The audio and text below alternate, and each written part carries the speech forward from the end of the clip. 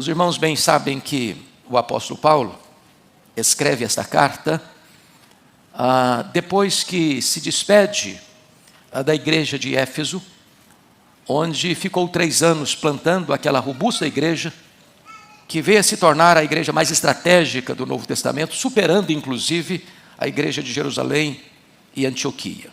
Paulo ficou em Éfeso 3 anos, experimenta ali um poderoso reavivamento, onde uma cidade de mais de 300 mil habitantes se rende ao Evangelho, no sentido de que a palavra de Deus prevalece, na mesma medida em que a idolatria recua e o ocultismo também.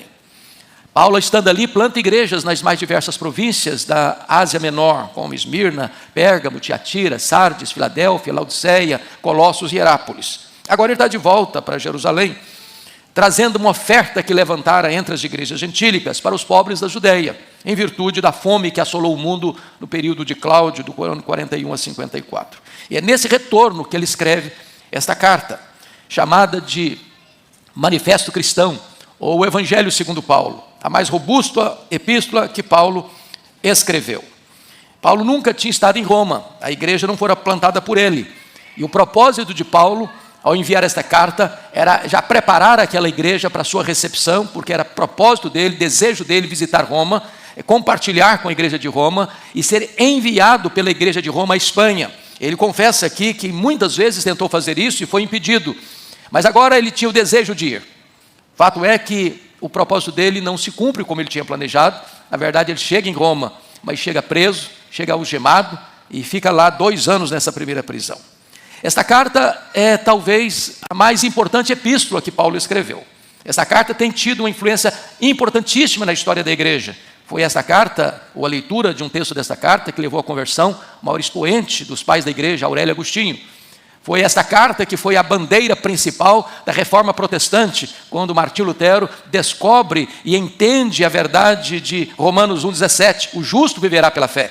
Foi pela leitura do prefácio, do comentário de Lutero a esta carta, que levou John Wesley à grande experiência com Deus, fazendo dele o maior avivalista do século XVIII.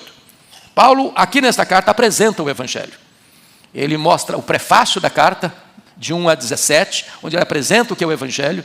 Depois, a partir do capítulo 18, ele mostra por que o Evangelho é preciso, porque os homens estão perdidos, sejam os gentios, sejam os moralistas, sejam os judeus, e esse argumento vai do 1,18 até o 3,23. A partir do capítulo 3,24, ele começa a apresentar a gloriosa doutrina da justificação pela fé. No capítulo 4, ele mostra que as pessoas mais importantes da história do povo hebreu, seja Abraão, o pai da nação, seja Davi, o rei com promessa messiânica, foram justificados pela fé. No capítulo 5 ele mostra os frutos da justificação pela fé, paz no passado, graça no presente, glória no futuro. No capítulo 6 ele mostra a novidade de vida que estamos em Cristo Jesus. No capítulo 7 ele revela o conflito espiritual do homem. No capítulo 8 ele chega às alturas excelsas, mostrando a salvação, a obra do Espírito Santo, a segurança da vida eterna. Nos capítulos 9, 10 e 11 ele volta a sua atenção para os judeus. No 9 ele mostra o passado, no 10 o presente, no 11 o futuro. Ou seja, a eleição de Israel, a queda de Israel e a restauração de Israel. E a partir do capítulo 12 até o 16, Paulo vai mostrar para nós os frutos deste evangelho que transforma a nossa vida. E esse fruto é retratado em relacionamentos transformados. Primeiro, o relacionamento com Deus, capítulos 12, 1 e 2. Segundo, nosso relacionamento com nós mesmos, capítulo 12, 3 a 7. Depois, a partir do capítulo 12, a partir do 9, nosso relacionamento com os inimigos. Já no capítulo 13, ele mostra a nossa relação com as autoridades constituídas. No 14, 15 e 16, o nosso relacionamento com as pessoas que pensam diferente de nós em coisas secundárias, não em coisas essenciais. Porque naquilo que é essencial não se negocia, não se transige. Nós não podemos abrir mão. Pois bem, aqui então, voltando a atenção para o texto lido, Paulo vai mostrar o Evangelho. E a primeira coisa que ele mostra no Evangelho, meus amados irmãos, é a origem desse Evangelho, conforme o versículo 1. Separado para o Evangelho de Deus. Esse Evangelho não é do homem, esse Evangelho não foi formulado pelo homem, esse Evangelho não é uma pesquisa do homem, não é uma lucubração humana, este Evangelho é de Deus, a sua origem, a sua fonte está em Deus, a sua propriedade é de Deus. Então ele vai apresentar um Evangelho que não é dele, é recebido, é revelado, tem sua origem ancorada no próprio Deus.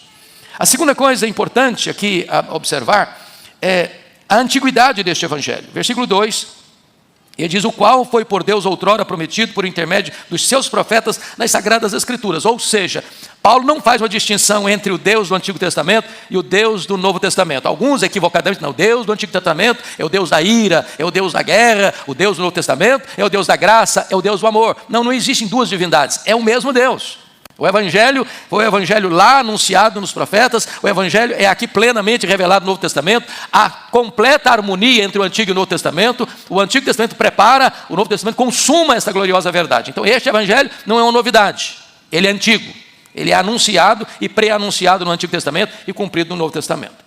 Terceira coisa, digno de nota, meus amados irmãos, é a natureza deste Evangelho. Do que esse Evangelho trata? E ele vai dizer com muita clareza, no versículo 3 e 4, que este Evangelho tem a ver com a pessoa de Jesus Cristo nosso Senhor, com respeito a seu Filho, o qual segundo a carne veio da descendência de Davi e foi designado Filho de Deus com poder, segundo o Espírito de Santidade, para a ressurreição dos mortos, a saber, Jesus Cristo nosso Senhor. Então o Evangelho tem a ver com uma pessoa, e essa pessoa é Jesus Cristo nosso Senhor. O Evangelho vem falar do nascimento de Cristo, da vida de Cristo, dos ensinamentos de Cristo, dos milagres de Cristo, da morte de Cristo, da ressurreição de Cristo, da ascensão de Cristo, do governo de Cristo e da segunda vinda de Cristo. O Evangelho é Jesus, ele é a essência do Evangelho. Mas agora notem comigo que Paulo vai retratar que diante disso, o compromisso que ele tem com esse Evangelho. E ele vai fazer 3 declarações da mais alta importância no texto.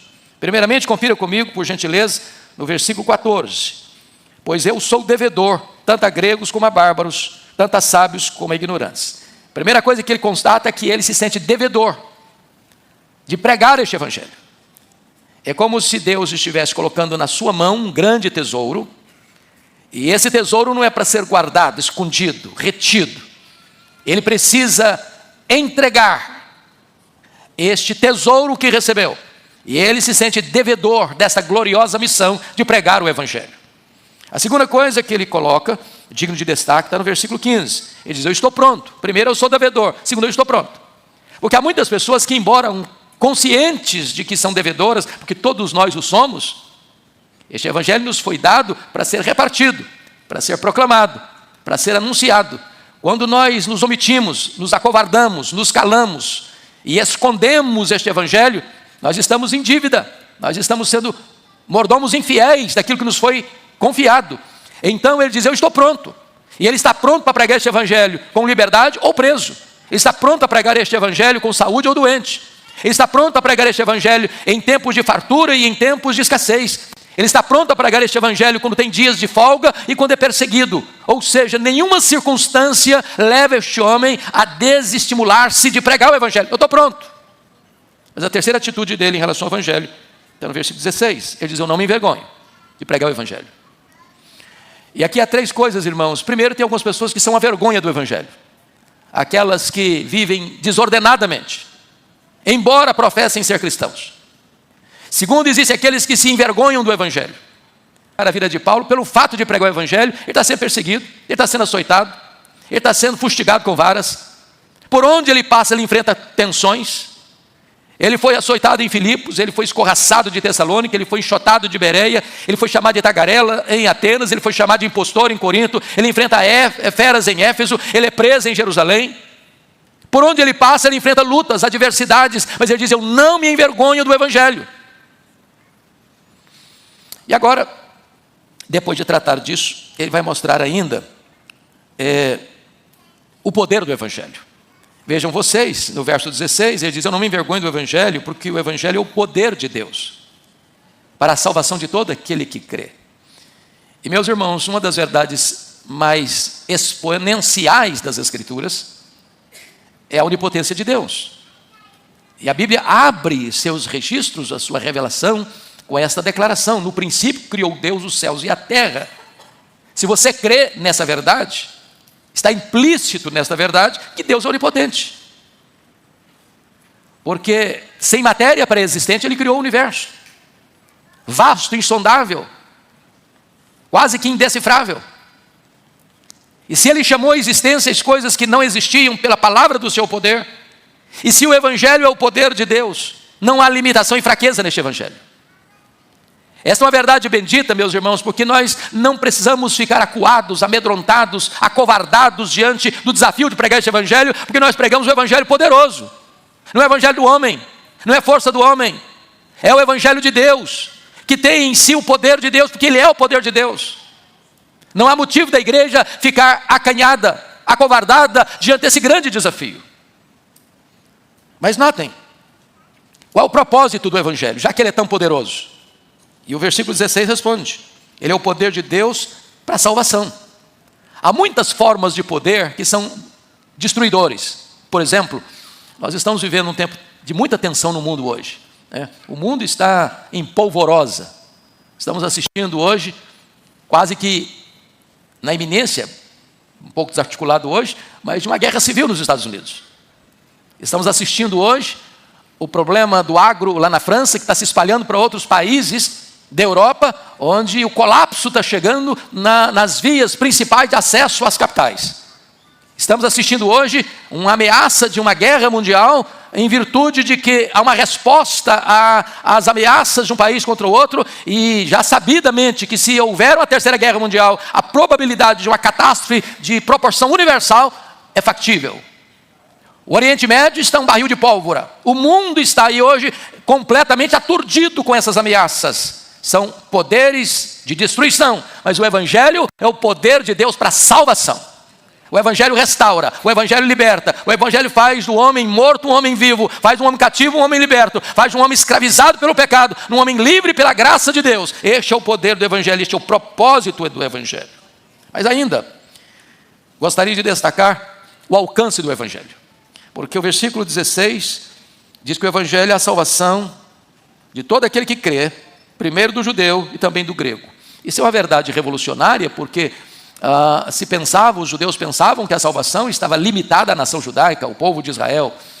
E a grande verdade do Antigo Testamento, e tão claramente e notoriamente posta no Novo Testamento, é que o evangelho tem um alcance universal.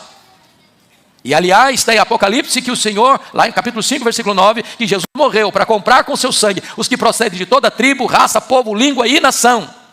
Então o evangelho tem um alcance universal, mas ele tem uma limitação, não nele, porque o verso 16 está escrito: para a salvação de todo aquele que crê.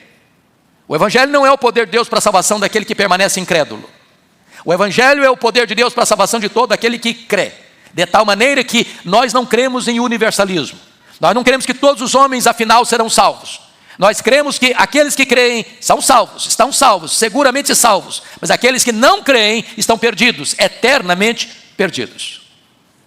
Mas finalmente, meus amados irmãos, eu gostaria de destacar a eficácia do evangelho. Porque o verso 17 diz isso, que a justiça de Deus se revela no evangelho, de fé em fé, como está escrito: o justo viverá pela fé. De que justiça Paulo está tratando? Certamente não é da justiça retributiva. Não é daquela justiça que eu faço alguma coisa boa e Deus me recompensa pelo bem que eu fiz, me salvando. Não. Esta justiça aqui é a justiça de Deus, que é imputada, é colocada na nossa conta, quando nós cremos no Senhor Jesus. Foi essa verdade bendita que tirou um grande peso da consciência de Martinho Lutero. Foi essa verdade bendita que levou os reformadores a entenderem que esta é uma doutrina magna do cristianismo. Que embora pecadores, quando cremos no Senhor Jesus, Deus imputa a justiça perfeita e completa do seu Filho a nós, e nos declara justos diante do tribunal de Deus, de tal forma que não resta mais nenhuma condenação para aquele que está em Cristo Jesus nosso Senhor. Se estamos justificados, estamos seguros de que toda a justiça de Cristo é colocada na nossa conta, e é assim que Deus nos vê como justos e nos declara como tais.